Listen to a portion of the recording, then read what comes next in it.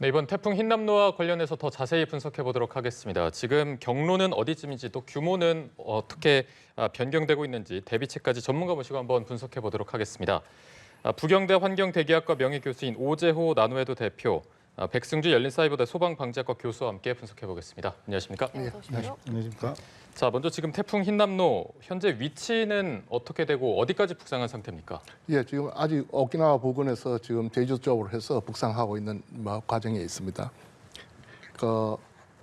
세력은 12호 태풍으로 발생할 뻔했는 다른 애를 같이 병합하면서 네. 걔가 가지고 있던 막대한 수증기하고 열량을 같이 합쳐져서 지금 현재 다시 강화돼서 지금 북상 중에 있습니다. 네, 지금 14시 기준의 레이더 영상을 함께 보여드리고 있습니다. 지금 이렇게 봐도 태풍의 눈이 확연히 보일 정도로 굉장히 초강력 태풍으로 발달한 상태임을 확인할 수가 있는데 앞서 이제 일본 오키나와를 거쳐서 지금 북상하는 중이기 때문에 오키나와의 상황을 보고 저희가 좀 피해 정도를 예측해 볼 수 있을 것 같습니다. 굉장히 바람이 강하게 불고 나무가 뿌리채 뽑히는 모습을 보이는데 지금 규모를 저희가 어느 정도 이렇게 쉽게 예측하면 될까요?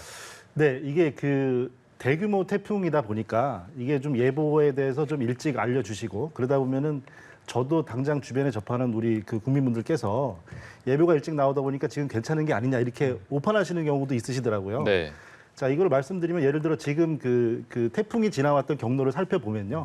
오키나와 쪽이 문제가 됐던 부분은 태풍의 오른쪽이라서 좀 더 큰 피해가 있고 그러면 타이베이 지역하고 오키나와 중간 지역이 됩니다.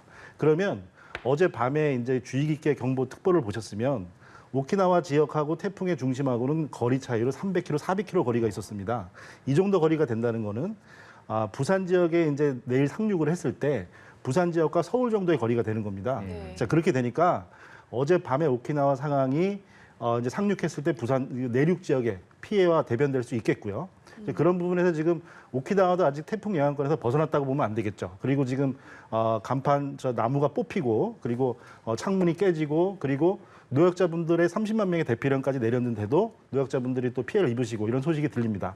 아직 피해 집계나 이런 것들은 안 됐지만 아직도 오키나와 영향권에 있고요. 지금은 이제 일본 본토 큐슈 지역에 직접적인 영향권 안에 지금도 있는 상태입니다. 그 오키나와를 지났을 당시보다 지금 물론 아직 말씀하신 대로 영향권에 있긴 하지만 네.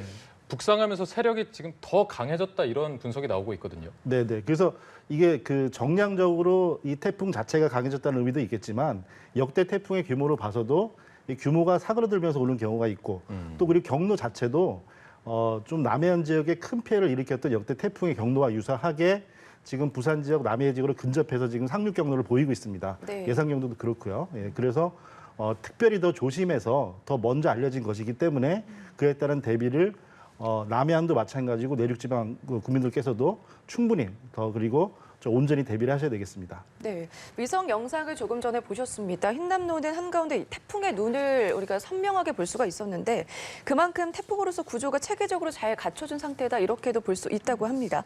이번 태풍 그야말로 한 번도 경험하지 못한 아주 강한 태풍이라는 전망인데요. 태풍의 강도도 4단계로 나눌 수 있다고 하던데 지금 어느 정도의 세기입니까? 네, 지금 현재는 매우 강한 태풍으로 단계로서는 가장 강한 거 그 다음 단계로 지금 머물고 있습니다. 예. 그런데 이게 우리나라 상륙할 때까지는 막 그런 정도로 유지가 되다가 상륙하면 아마 육지에 마찰도 받고 하니까 조금 강도는 약해질 거로 보고 있습니다. 네. 가장 먼저 조금 전에 저희가 현장 연결해서도 볼 수가 있었는데 태풍의 영향을 받을 제주의 현재 상황 보시다시피 비도 굉장히 많이 내리고 바람도 강한 걸 볼 수가 있었거든요. 네. 지금 상황은 어떤가요? 지금 불과 조금 전에 특파원 영상으로 제가 네. 봐도 뭐 한두 시간 전하고도 다르게 지금 바람이 계속 강해지고 있고요. 자, 그렇게 되면 아까 제가 보여준 영상에서 제가 이제 한 시민의 입장으로서 이게 자료 화면이길 바랍니다. 지금 해안가에 나가서 이렇게 시민분들이 이제 구경을 하신다든지 뭐 이렇게 영상으로 기록을 하신다든지 이런 부분은 절대 하시면 안 되겠고요. 지금 예. 해안가 상황에서는 상습 침수 지역이라는 의미가 해당 어느 지역 국한적인 의미가 없습니다. 이거는 지금 오늘 밤 내일 새벽부터 남해안 부산 지역도 마찬가지가 되겠고요. 그래서 해안에 근접하면 안 되시겠고요. 그리고 당연히 생업을 위해서도 중요한 부분이지만 해안가의 영업이나 그다음에 관광 야외 활동 이런 거는 금지하셔야 됩니다. 네, 그걸 좀 부탁드리고 싶습니다. 네. 서귀포시 동쪽 해상을 지나서 오전에 이제 경남 남해안에 상륙할 것으로 보이는데 태풍이 지나는 이제 부산의 경우에는 고층 건물들이 굉장히 많잖아요. 네, 그렇습니다. 이 부분도 좀 우려스럽거든요. 네, 그렇습니다. 역대 피해를 봐도 지금 6년 전 태풍 차바 경로가 비슷한데 그때 큰 피해가 상륙 시간도 그렇고 그리고 만조 때 이게 바닷물을 육지로 끌어올리면서 10m가 넘는 해일이 됐고요. 조금의 특파원 그 기사를 봐도 제주 지역이 지금 10m가 넘는 파고가 일어났다고 하지 않습니까? 네. 그 태풍이 북상을 하고 있고 더 강해질 우려가 있기 때문에 피해 우려가 크게 되겠고요. 그렇습니다. 해안가에 이제 옛날 우리가 전망을 살펴보면 해안가에서 멀리 그리고 언덕 중턱에 주거 생활 집들을 짓고 살았습니다. 그런데 지금 전망이나 이런 것 때문에 해안가 바로 앞에다가 높은 건물을 짓다 보니까 지하는 물에 잠기고 지상은 강풍의 유리창이 깨져 나가는 그런 상황이 됩니다. 하지만 이거를 자연재해로만 볼 수 없는 게 역대 태풍과 강풍에서 부산 지역 해안대, 광안리, 해운대, 마린시티 이런 데 그 침수나 유리창 깨진 피해는 계속 있었거든요. 네. 만약에 또 반복이 된다면 이거는 분명한 인재입니다. 이건 자연재해라고 볼 수 없겠죠. 그래서 충분한 대비를 해야 되겠고 외출을 삼가하시고요.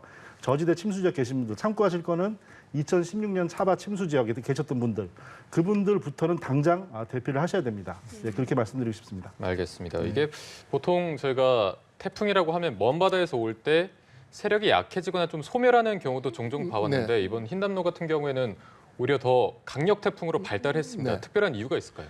예, 조금 전에 언급을 했습니다만은 그 12호로 발달할 태풍을 갖다가 합쳐졌죠. 예, 합쳐지는 과정에서 태풍은 수증기하고 열을 먹고 삽니다.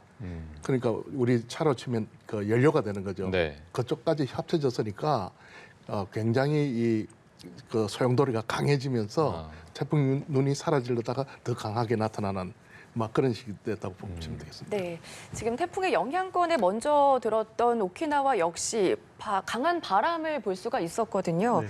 바람이 특히 더 위협적이라고 하는데 강풍 대처 방법도 좀 알려주시죠.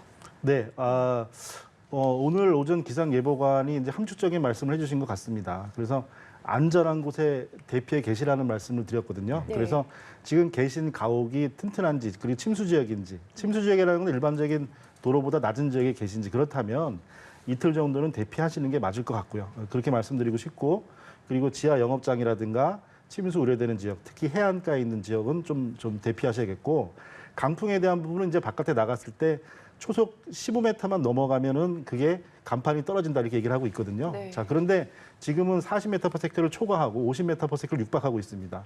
그럼 이게 그 시속 180km, 200km 자동차와 같은 그 속도거든요. 네. 자, 그렇게 되기 때문에 밖으로 나가시는 상황은 상당히 불안한 상황이고요.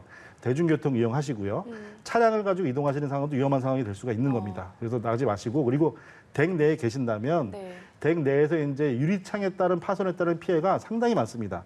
자주 언급되는 거지만 그게 이유가 있거든요. 그러면 유리창 같은 경우는 이제 제일 바깥에 방충망이 설치가 되는데 방충망도 많이 날아다닙니다. 이게 가볍긴 하지만 추락물이 되면 위험하니까 네네. 방충망은 나사를 고정하시고 유리도 일단 테이프를 붙이면 비산 방지 효과가 있겠고요. 그리고 만약에 깨지는 상황이 되면 방 안에서 신발 신으셔도 됩니다. 그리고 근접하지 마시고 깨진 유리를 치우려고 하지 마시고요. 네. 화장실이나 방 안으로 대피하셔서 잦아들길 기다리셔야 됩니다. 네, 이게 알겠습니다. 밖에 나가지 않은 게 최선이다 이렇게 네, 말씀을 안전한 안에서 해주셨잖아요. 나가지 않는 게 최선입니다. 네, 근데 나가는 경우가 발생할 경우도 네. 있다 보니까 그럴 경우에는 이제 좀 전에도 대중교통을 최대한 이용하라 말씀을 해주셨는데 네. 그거 말고 또 주의해야 될 점이 뭐가 있을까요? 그렇습니다. 대중교통은 최대한 대중교통을 이용하시고요. 이게 어떤 재난의 단계도 순서가 있지 않겠습니까? 네네. 그러면 우산을 쓰고 나가셨다가도 상황이 되면 우산을 버려야 되는 상황도 있는 겁니다. 비 맞는 게 중요한 게 아니거든요. 이번에 이제 강남 호우 대책에서도 스마트폰을 보고 한눈을 팔고 있다 주변을 보니까 사람들이 우산을 하나도 안 쓰고 있어서 놀랬다. 네. 그러니까 중요한 상황이 되는 부분이 있으니까 장화도 잘 안 신으시지만 신으셔야 됩니다. 이게 왜냐하면 슬리퍼하고 또 다른 거는 감전의 우려가 있습니다. 가로수, 가로등, 그다음에 요즘 입간판까지 나와 있지 않습니까? 네. 그러면 말랐을 때는 괜찮은데 물이 고이고 젖은 길을 통해서 전기가 흐르기 때문에 감전의 우려도 있습니다. 그래서 최대한 밖에 나가지 마시고요. 그리고 대중교통 이용하시고 다시 말씀드리고 싶습니다. 네, 지금 강수량도 걱정이 되고 있습니다. 네. 돌풍과 함께 바람도 강하게 불고 있는데 지금 한반도 같은 경우에는 태풍의 직접적인 영향권에 들지 않았는데도 비가 많이 내리고 있거든요. 네. 특별한 이유가 있습니까? 예, 그 태풍이라 하면 우리가 그냥 좌표기 할 때 태풍 눈을 중심으로 하고 있습니다. 네. 그거는 저희들이 좌표를 파악하기 위해서 중심하고 이 좌표가 뭐 통영 쪽으로 온다든가 마사는데 실제로 태풍의 크기는 반경이 300km, 400km가 됩니다. 그러니까 태풍이 미쳐 오지는 않았지만은 그 반경이 있다는 그 사이에는 마치 지난번에 우리 중부지방에 집중호우했던 정체전선이 있는 게 띠처럼 이렇게 태풍을 둘러싸고 있습니다. 네. 그게 태풍인데 이것이 올라오니까 뭐 강수량은 비는 그쪽에서 많이 올 수밖에 없는 거죠. 그런데 이제 더 염려스러운 거는 지난번에 비가 많이 와가지고 지금 땅이 스펀지처럼 물이 축축하게 있는데 여기 더 오게 되면 비가 많이 오면 토양도 이렇게 뜨게 됩니다. 네. 네. 산사태 위험이 굉장히 높아지죠. 그래서 염려되고 있습니다. 네, 지금 지반이 약해진 상태인 걸 짚어주셨고요. 예. 보통 이게 태풍 하면은 바람이 위주인 태풍이 있고 비가 위주인 태풍인데 이번엔 비바람이 둘 다 좀 강력한 상황인 것 같습니다. 예. 이번에 태풍이 몰고 올 비의 양은 저희가 어느 정도로 봐야 되겠습니까? 뭐 지금 뭐 솔직히 말씀드리면 남부지방 굉장히 가물거돼요. 우리 충분히 비가 많이 왔지만 네. 네네. 남부지방 댐들이 비어 있어요. 그래서 조금은 피해를 예상하면서도 좀 거기에 물을 채워줬으면 하는 그런 희망도 있고 또 중부 쪽이나 이쪽에는 많이 왔으니까 좀 덜 왔으면 하는 희망이 있습니다만은 대개 보면 아마 이 태풍이 지나갈 때까지 대개 한 400에서 600mm 정도를 갖다가 많은 곳은 그렇게 예상을 하고 있습니다. 네, 네. 지금 이제 수도권 같은 경우 말씀해주신 대로 지난번에 비가 또 많이 왔기 때문에 네. 더 좀 걱정이 네. 되는 상황인데 내일 지금 11시 정도면은 서울 같은 경우에는 태풍과 이제 가장 거리가 가까울 것이다 이렇게 네. 분석이 되고 있습니다. 이 정도면은 수도권 같은 경우에는 태풍의 영향을 어느 정도 받는다고 봐야 되겠습니까? 비교적 우리나라 남동 부분, 부산, 경남, 울산 뭐 이런 쪽도 또 동해안 쪽보다는 굉장히 우리가 좀 나을 텐데 그렇다고 해서 태풍이 벗어난 건 아니고요. 네네. 서해안 쪽으로 올라오는 것보다는 뭐 피해는 적을 거로 보고 있습니다. 그래도 앞에 말씀드린 것처럼 이미 땅이 축축해져 있고 그런 상태에서 비가 오기 때문에 조금만 와도 산사태라든가 이런 위험이 날 수가 있습니다. 네, 비가 많이 내리고 있는 상황에서 물폭탄 수준의 폭우도 또 예보가 되어 있는 상황이거든요. 지난번 폭우로 인해서 이제 수도권 강남 일대는 이제 피해가 굉장히 컸습니다. 지형적으로 네. 봤을 때 침수가 잘 되는 지역은 그만큼 대비가 좀 필요할 것 같은데 보시기에 침수 위험 지역 어디로 예상하는지 먼저 궁금하네요. 네, 이거를 이제 2000년대 초반에 이제 자연재해가 많이 강화가 되면서 우리나라도 이제 좀 선진적인 대책을 많이 세우고 있습니다. 뭐 예. 예를 들어 재해 지도라고 해서 재해가 우려되는 또 재해가 일어났던 지도를 제시하고 있는데요. 제가 이제 이런 일을 계기로 이렇게 보면 어디까지 업데이트가 되고 있나 이렇게 보고 있습니다. 이제 아쉬운 점을 먼저 말씀드리고 싶은 부분은 홈페이지를 찾아가서 그 주민분들이 직접 자기가 계신 곳의 위험 정보를 찾아서 그리고 이제 조치를 하시라. 이게 현재 좀 주된 방침입니다. 이 부분이 지난 침수 때도 그랬고 상당히 아쉬운 부분인데요. 네. 재난 지역에 계신 분들이 자기가 재난 지역에 계신 건지, 재난 취약 지구에 계신지를 모르고요.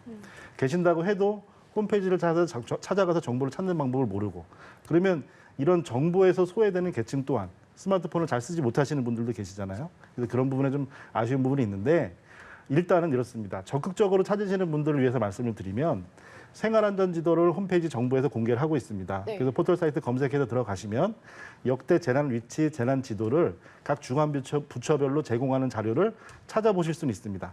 그런데 제가 찾아본 거로 남해안 침수 지역이 지난 차바 지역 침수랑 비교했을 때 자료가 충분치 않았습니다. 그래서 제가 부가적으로 말씀드리고 싶은 부분은 2016년에 부산 지역 남해안 침수 피해를 크게 이제 당하셨는데요. 만조 지역 10m가 넘는 해일 똑같은 상황으로 올 것 같습니다. 그렇다면 16년 차바 태풍에서 침수 피해를 입었던 지역 네. 그리고 그 인근 분들께서는 서로 정보를 공유하셔서 적극적인 방지 대책이 있으셔야 됩니다. 그래서 간단히 모래주머니 뭐 이런 부분이 아니고요. 네. 대피 어떤 조치가 있으셔야 될 것 같습니다. 그러니까 홍보도 중요하지만 그만큼 내가 어느 지역에 있는지 잘 확인하는 것도 중요해 보입니다. 그렇습니다. 그리고 이 폭우의 급속도로 이제 물이 차올라서 차량이 침수되는 경우도 지난번에도 있었잖아요. 네, 그렇습니다. 그러니까 침수가 됐을 때 어떻게 해야 될까요? 네, 단계별로 말씀드리기 전에 일단 숫자를 기억하시면 30cm를 먼저 말씀드리고 싶습니다. 네. 일단은 가장 안전하게 우리를 보호하던 차가 침수가 돼서 정지된 순간은 가장 위험한 순간입니다. 그때는 차를 버리고 창문을 열고 어떤 물건이 젖는 건 상관이 없는 게 되거든요.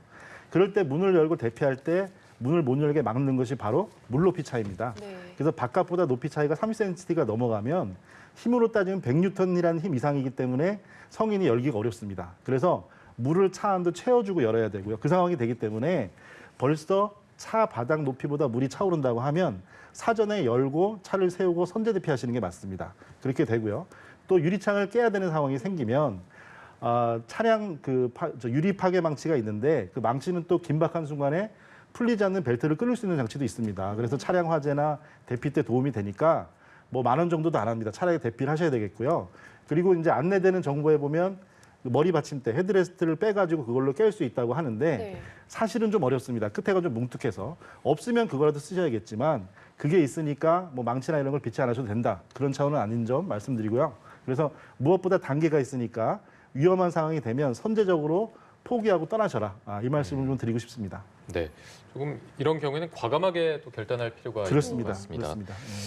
이번에 역대급 태풍으로 흰남노를 지칭하고 있습니다. 그런데 네. 과거에 이제 역대급 태풍하면 2003년에 있었던 태풍 매미 또 예. 루사를 기억하실 텐데 예.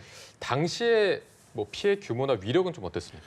예, 뭐 1차적인 직접 피해 거의 대개 한 4조에서 5조 원 정도 거기에 복구비를 따지면 한 10배 정도 이상 그 피해가 난 걸로 알고 있습니다. 네. 거기에 더불어서 상당히 그 인명 피해도 났고요. 그래서 이번 또 거의 같은 규모로 보이고 진행 방향도 거의 같이 보여서 걱정이 되는 그런 입장입니다. 네. 앞서 이제 뭐 파도에 대한 해일에 대한 얘기도 좀 해주셨는데 당시에도 해안가에서 한 1km 떨어진 노래방에 그 해일로 네. 인해서 침수가 돼서 사망자가 나오는 사건도 있었습니다. 네. 지금도 그런 좀 높은 파도에 대한 대비도 많이 필요하겠죠. 네, 그렇습니다. 그게 지금 태풍의 경로나 지금 경보 상태를 보더라도 경기 북부 지역까지 이제 호우 특보 상태입니다. 그러니까 태풍의 외곽 지역은 강한 비바람을 또 동반하기 때문에 비가 많이 오면 그 강수는 당연히 그 배수구와 하천을 통해서 바다로 유출이 되게 되겠고요. 그런데 바다 수면을 계속 올리면서 태풍이 올라가고 있고 외곽 지역은 내륙에서 비를 뿌리고 있고 그렇다 보면 배수가 원활하지 않고 이 해안의 그 해일에서 멀더라도 침수 피해가 또 일어나게 됩니다. 그렇게 되니까 이게 물리적으로 정량적으로 이제 남해안의 태풍 크기가 더 크고 수백 킬로 떨어진 중부권이 멀 수도 있지만 근데 대비가 더 약하면 피해는 더 커지게 되는 거거든요. 네네. 예, 그렇기 때문에 침수 피해는 지금 그 호우 특보 상태인 외곽 지역도 역시 조심하셔야 된다. 그렇게 말씀드리겠습니다. 네. 이제 이번 주면 추석인데 예. 지금 이 시기라 더 걱정이 되는 것 같습니다. 앞서 이제 매미나 루사 같은 경우에도 가을철에 네. 강력한 태풍으로 온 거거든요. 네. 유독 이 시기에 집중되는 이유가 특별히 있습니까? 네, 뭐 여러 가지 이유가 있는데요. 우선은 우리는 그 태양이 가장 강할 때는 6월 달인데 가장 더울 때는 바닷물이 가장 더울 때는 9월 달입니다. 우리가 살고 있는 기온은 8월 달이 가장 덥고요. 9월 달에 바닷물이 가장 더우니까 태풍이 발달할 수가 있고 또 하나는 북태평양 고기압이 우리나라를 장마 이후에 장악하고 있을 때는 태풍들이 생겨도 서쪽으로 가다 북상을 못 하게 됩니다. 그래서 동남아라든가 중국 남쪽으로 들어가는 게 많은데 그 입추가 지나면 그 북태평양 고기압이 조금 위축을 합니다. 세력을 잃고 그러면 그쪽에 길이 열리는 거죠. 틈새가. 그래서 우리나라 일본 쪽으로 강력한 태풍들이 올라오게 됩니다. 사실 이렇게 큰 규모의 태풍이 올 때마다 대비 시스템에 대한 지적은 나왔었습니다. 이 내용도 한번 언급을 해주셨는데 이번에 남해안 지역에 또 피해가 발생을 한다면 이것은 인재다라고 말씀까지 해주셨는데 그렇다면 과거와 비교했을 때 지금 우리나라 태풍 대비 시스템은 어떻다 이렇게 보십니까? 네, 그 과거와 비교하면 상당히 발전을 거듭하고 있고요. 예. 그리고 사실은 인터넷 홈페이지를 찾아가서 이런 과거의 재난 정보를 클릭 몇 번으로 찾을 수 있다는 거는 상당히 좀 선진적인 기술이기도 합니다. 자, 그런데 이걸 찾아가야 알 수 있다는 부분이 저는 문제라고 말씀을 드리고 싶습니다. 네. 그래서 오히려 우리보다 후진적인 또 일부 방제 선진국, 우리나라도 이제 경제 규모는 선진국이니까 방제 선진국에서는요. 아무리 그래도 결국엔 답은 찾아가는 정보를 제공해야 됩니다. 그래서 우리 재난 문자도 많이 오고 위치 파악도 되고 이렇게 되지 않습니까? 그렇게 되니까 지금 계신 분들의 그 시민분들, 국민분들의 위치를 위험도를 파악해서 그에 맞는 정보를 제공하는 방법을 찾아가야 된다는 쪽으로 그쪽으로 좀 더 발전해야 된다고 좀 그렇게 생각하고 있습니다. 그래서 그 사전에는 우리 시민분들께서는 아무래도 정보를 찾아가시고 그리고 주변에 그 정보를 알리는 그런 알림판 좀 역할을 해주셔야 되겠습니다. 네. 저희가 산사태 부분도 좀 짚어볼 필요가 있을 것 같습니다. 앞서 말씀드린 대로 한 달 전에 수도권에 큰 폭우가 내렸기 때문에 지반이 약해져 있는 상태고요. 지금 이번 태풍으로 인해서 추가적인 피해가 더 크게 올 수 있는 상황이기 때문에 산사태도 지금 뭐 충분히 대비를 해야겠죠. 네, 그렇습니다. 특히 금년 여름에는 봄철에서 강원도 남쪽, 경상북도 쪽에 산불이 크게 났지 않습니까? 네네. 거기에는 식생들이 있지만은 지금 이 물을 잡아놓거나 흙을 잡아놓을 힘들이 거의 다 빠져 있습니다. 여기에 폭우가 오게 되면 걷잡을 수 없이 쉽게 내려가는 산사태가 일어날 수 있으니까 그런 걸 좀 대비해서 준비를 할 필요가 충분히 있다고 봅니다. 네, 이게 산사태가 일어나기 전에 어떤 전조 증상이라던가 이런 게 있을까요? 예, 간혹 많이 알려지기를 갖다가 나무가 흔들린다든가 우르릉 소리 난다는데 실효성은 없다고 봅니다. 왜냐하면 우르릉 소리가 난다는 것은 이미 땅이 움직일 때인데 그것은 마치 총알이 날아오는 거 보고 자기를 향해 날아오거든 피하라는. 이미 늦는 거군요. 예, 그럼요. 그렇고 그다음에 저희들이 나무가 흔들린다는 걸 누가 또 밖에 나가서 그게 산사태 때문에 흔들리는지, 네, 또 바람이 많이 불기 때문에 바람이 흔들리는지 또 밤에는 보이지도 않는데 그러니까 뭐 틀린 말은 아니지만은 실효성은 좀 약하다고 봅니다. 제일 좋은 것은 그런 위험한 급경사지라든가 이런 자리를 피하는 게 가장 좋은 상책입니다. 네, 그냥 뭐 단순히 이렇게 피하기 전에 뭐 가스를 잠근다던가 전기 같은 거 관리한다던가 그런 좀 요령도 있을까요? 예, 그럼요. 그건 뭐 2차적인 사고를 위해서 한국철도공사에 따르면 오늘 저녁 8시부터 내일 오후 3시까지 열차 운행 시간에 좀 조정이 있다 이렇게 밝혔습니다. 이번 태풍 흰남노로 인해서 피해를 막기 위해서 열차 운행을 지연시키거나 또는 중단한다는 것인데요. 운행 시간이 변경되는 노선 KTX 경부, 경전, 동해, 호남, 전라 등이라고 합니다. 지금 기상 상황에 따라서 변경될 예정이 있기 때문에 미리 좀 운행 정보를 살펴달라 이렇게 당부하기도 했습니다. 네, 다시 한번 전해드리겠습니다. 한국철도공사가 오늘 오후 8시부터 내일 오후 3시까지 열차 운행 시간을 조정한다고 밝혔습니다. 태풍 흰남노로 인해서 피해를 막기 위해 열차 운행을 지연 또는 중단하는 건데요. 운행 시간이 변경되는 노선은 KTX 경부, 경전, 동해, 호남, 전라 등입니다. 코레일은 해당 노선의 운행은 기상 상황에 따라서 변경될 예정이라며 지연 또는 운행 중단이 이뤄지니까 미리 운행 정보를 살펴달라고 당부를 했습니다. 조금 전에 말씀하신 것처럼 전기를 갖다가 차단을 시키고 가스를 잠그고 하는 것들은 가장 기본적인 행동인 것 같습니다. 네. 네. 그렇다면 지금 지역별로 태풍 흰남노가 한반도에 가장 가까워지는 시각은 언제인지 다시 한번 좀 자세히 짚어주실까요? 네, 지금 일단 태풍은 직접적인 태풍의 눈의 거리보다 이 박사님이 말씀하신 대로 그 크기와 규모 그리고 경로가 중요합니다. 그래서 강도도 역대급이고 크기도 큽니다. 그래서 내일 아침 남해안 접근하는 태풍은 우리나라 전국에 그리고 경로에 따라서는 북한 상당 지역까지 피해를 끼칠 겁니다. 그 영향 지역에 들어갔기 때문에요. 그래서 지금 현재는 호우 그리고 당장 오늘 밤부터 큰 강풍이 오고 내일 피해가 이어지니까 오늘과 내일 그리고 모레 오전까지 태풍과 호우에 대해서 전국적인 대비가 필요하시다고 말씀드리고 싶습니다. 네. 그리고 지금 태풍 관련해서 속보가 들어와서 관련해서 좀 전해드리도록 하겠습니다. 한국철도공사에 따르면 오늘 저녁 8시부터 내일 오후 3시까지 열차 운행 시간에 좀 조정이 있다 이렇게 밝혔습니다. 이번 태풍 흰남노로 인해서 피해를 막기 위해서 열차 운행을 지연시키거나 또는 중단한다는 것인데요.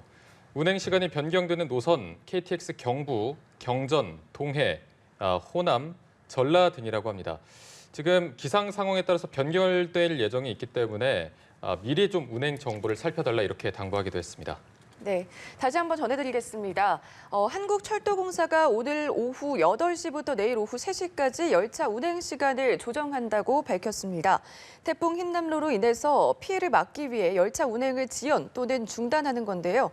운행 시간이 변경되는 노선은 KTX 경부, 경전, 동해, 호남, 전라 등입니다. 코레일은 해당 노선의 운행은 기상 상황에 따라서 변경될 예정이라며 지연 또는 운행 중단이 이뤄지니까 미리 운행 정보를 여부를 살펴달라고 당부를 했습니다. 네, 저희가 앞서 전해드린 대로 KTX도 이제 시간을 조정하는 등 여러 가지로 좀 대비를 하고 있는 모습을 저희가 보여드리고 있습니다. 대비하는 거는 뭐 아무리 강조해도 지나치지 않기 때문에 마지막으로 당부의 말씀이나 대비할 요령 같은 거 한 번 더 짚어주시죠. 예, 뭐 우리가 저 태풍이나 강풍, 호우나 올 때 여러 가지 이야기를 합니다. 좀 아쉬운 것들은 뭔가 하면 지난 그 강남 침수 때도 그렇지만은 물이 빠져야 되는데 저희들 길거리에 쓰레기통을 무슨 이유인지 많이 없앴습니다. 그러면 그 쓰레기가 없어진 게 아니고 어디 숨겨놓습니다. 숨겨놓는데 물이 차게 되면 그게 다 나오게 되는 거죠. 네네. 그래서 맨홀을 덮어가지고 이사적인 피해를 일으키는 그런 게 안타깝고요. 그 다음에 우리가 침수가 일어나는 건 비가 많이 와서도 있지만 물이 안 빠져서 그런 게 많으니까 과연 우리는 우수관하고 하수관 관리를 잘해서 물이 잘 빠지게 했는지 아니면 왜 재래시장에 가면 상인들이 냄새 난다고 이걸 덮어놓는데 왜 냄새가 나는지 그것부터 근본적으로 해야지 되는데 그게 안 돼 있는 상태에서는 똑같은 일이 해마다 반복될 수밖에 없는 게 안타깝습니다. 예. 네, 항상 이게 비슷한 상황에 비슷한 대비 요령을 네. 전해드리는 것 같지만 교수님도 마지막으로 좀 한 말씀 부탁드리겠습니다. 네, 그래서 이제 실질적으로 배수로 정비 상당히 중요한 부분이고요. 그리고 이제 정치적인 부분으로 말씀드리면 재난에 대해서는 이렇게 지금 대응 상황 이후에 복구가 됩니다. 복구를 만약에 원상태로만 복구한다면 똑같은 재난에서 똑같은 피해는 또 일어나게 됩니다. 그래서 그런 대비와 향후 복구에 대해서 이제는 우리가 방재 선진국으로서 조금 더 적극적인 그리고 기간을 길게 잡는 그런 대비책이 필요한 것 같습니다. 네, 알겠습니다. 지금까지 백승주 열린사이버대 소방방재학과 교수 오재호 나노웨더 대표와 함께 이야기 나눠봤습니다. 고맙습니다. 고맙습니다. 감사합니다.